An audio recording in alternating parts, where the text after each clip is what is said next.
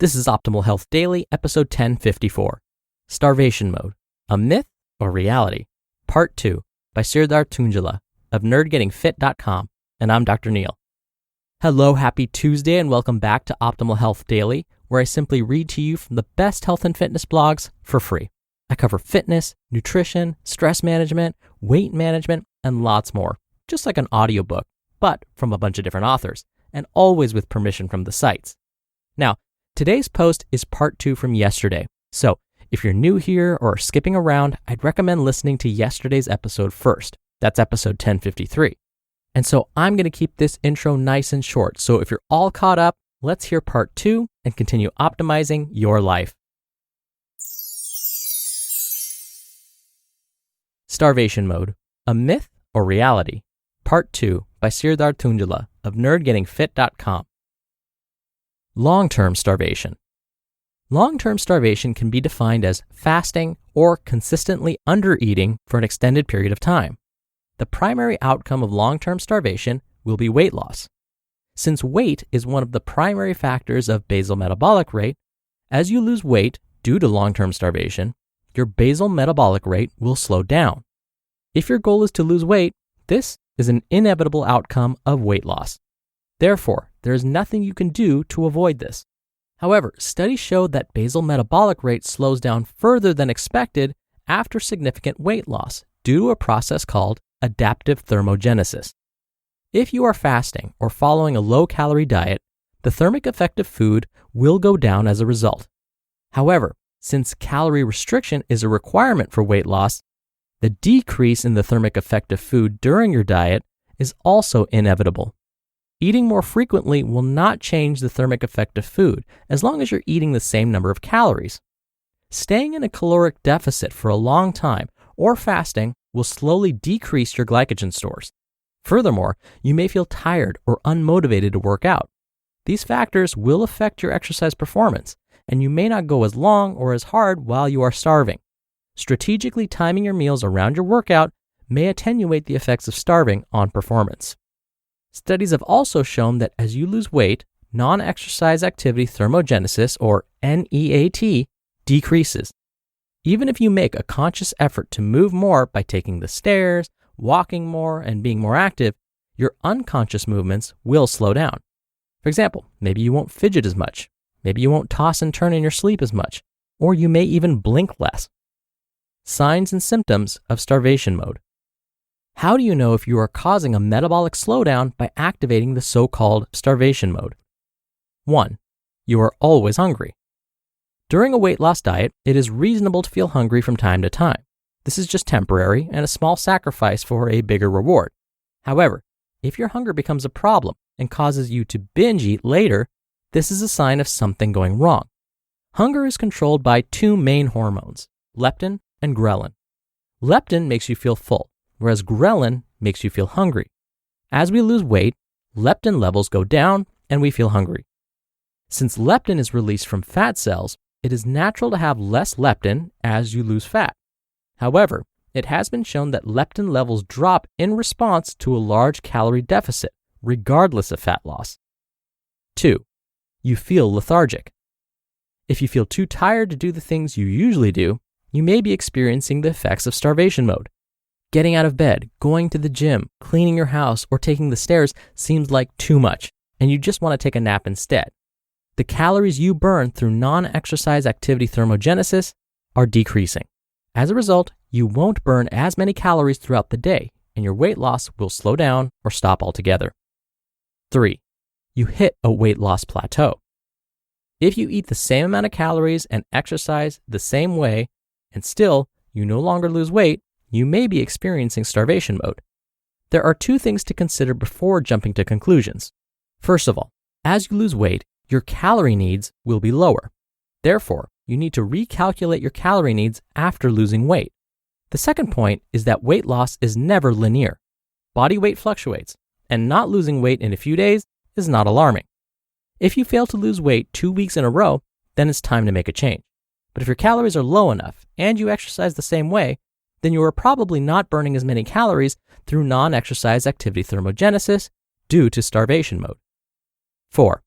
You feel cold. Studies have shown that long-term calorie restriction may lower the body's core temperature. If you feel unusually cold all the time, even in warm temperatures, you may be in starvation mode. This is an extreme consequence, and you may be pushing too far with your weight loss. A lower body temperature is also a sign of a lower basal metabolic rate. Therefore, you will burn fewer calories even at rest. How to get out of starvation mode. If you think you are in starvation mode, here are some ways to get out of it. 1. Eat adequate calories. If your goal is to lose weight, you must eat fewer calories than you burn. However, creating too big of a calorie deficit may cause you to get into starvation mode. After calculating your total daily energy expenditure, ideally you'd want to create a caloric deficit of 20 to 30%. Losing more than 1% of your body fat each week may cause the loss of lean body mass and slow down your metabolism. So slow and steady weight loss is the way to go for long-term sustainable results. 2. Eat more protein. Out of the 3 macronutrients, protein requires the most amount of energy to digest. Increasing the protein content in your diet will not only increase the calories burned through the thermic effect of food, but it may also increase lean body mass. Increased lean body mass is associated with a higher basal metabolic rate. 3. Lift weights. A study performed by Hunter and colleagues showed that, quote, exercise training prevents a decrease in energy expenditure, including free living energy expenditure separate from exercise training following weight loss, end quote.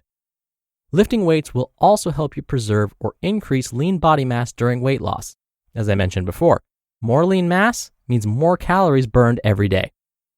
4. Take diet breaks. Byrne and colleagues in the famous Matador study found that a 2 weeks on, 2 weeks off diet works better than staying in a consistent calorie deficit.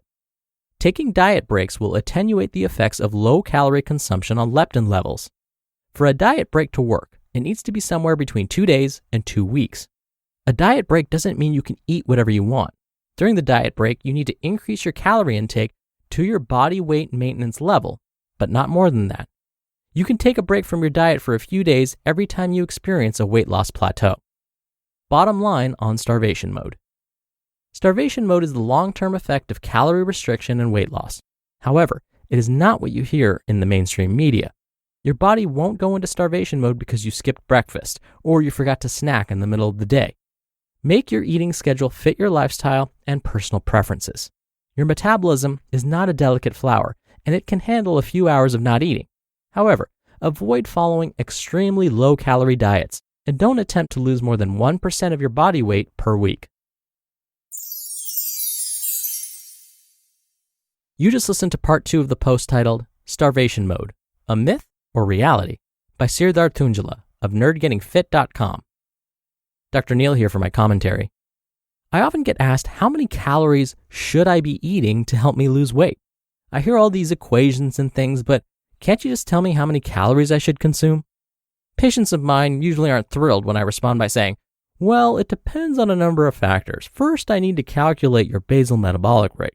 Then, I need you to keep a food journal for at least 2 weeks so we can see how many calories you're consuming right now. Then, we will subtract 500 from that amount. As I go on, a look of disappointment is inevitable. I know that as soon as they walk out of my office, they're going to take out their phone and ask Siri to find them the next nearest dietitian. Luckily for me, researchers have discovered a basic rule of thumb that we can recommend for those wanting to lose weight. For most adult females, consuming anywhere between 1,500 to 1,700 calories a day will lead to initial weight loss. For most adult males, consuming between 1,800 and 2,000 calories each day will do the same. Now, I have to mention that it is not a good idea to consume less than 1,500 calories a day for an extended period of time. This goes for both adult males and females. That's because consistently consuming less than 1,500 calories a day may lead to changes in the vitamin and mineral concentrations within the body. And doing that can have some serious consequences. And again, these are general recommendations. So you may find that consuming only 1,500 calories a day works for a while. But as Serdar mentioned, you then plateau. The weight loss stops. That's when a more personalized approach can help. You know, when the health professional asks you to keep a food journal for 2 weeks and then calculate your basal metabolic rate, etc. So again, you can start with these general calorie recommendations, but at some point, you may need a more personalized approach. All right, that's enough out of me. Thank you so much for being here. Thank you for listening every day. I hope you have a great rest of your day, and I'll see you back here tomorrow where your optimal life awaits.